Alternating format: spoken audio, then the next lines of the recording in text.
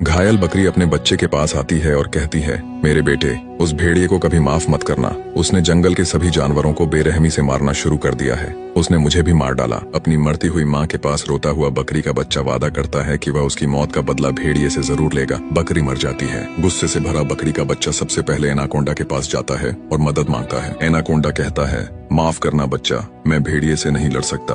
वह बहुत ताकतवर है और उसके सामने तुम कुछ भी नहीं हो। आगे बढ़ते हुए वह एक गैंडे से मिलता है। गैंडा कहता है, उस भेड़िए ने मेरी पत्नी को भी मार डाला। अब मैं अपने बच्चों की देखभाल के लिए अकेला हूँ। मैं तुम्हारी मदद नहीं कर सकता।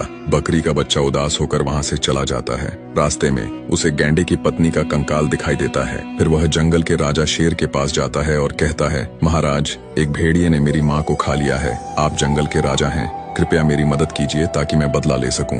सारे जानवर हंस पड़ते हैं और शेर कहता है, मैं उस भेड़िए से लड़कर मरना नहीं चाहता। मैं तुम्हारी मदद नहीं कर सकता। बकरी का बच्चा हार नहीं मानता। अचानक उसकी मुलाकात एक बंदर से होती है और वह सब बताता है। बंदर कहता है, चिंता मत करो, मैं तुम। बंदर एक सोते हुए डायनासोर के बच्चे को चुरा लेता है और भाग जाता है। फिर वह योजना को बकरी के बच्चे को समझाता है और भेड़िए की गुफा की ओर बढ़ता है। रास्ते में एक बाज बंदर से डायनासोर के बच्चे को छीनने की कोशिश करता है।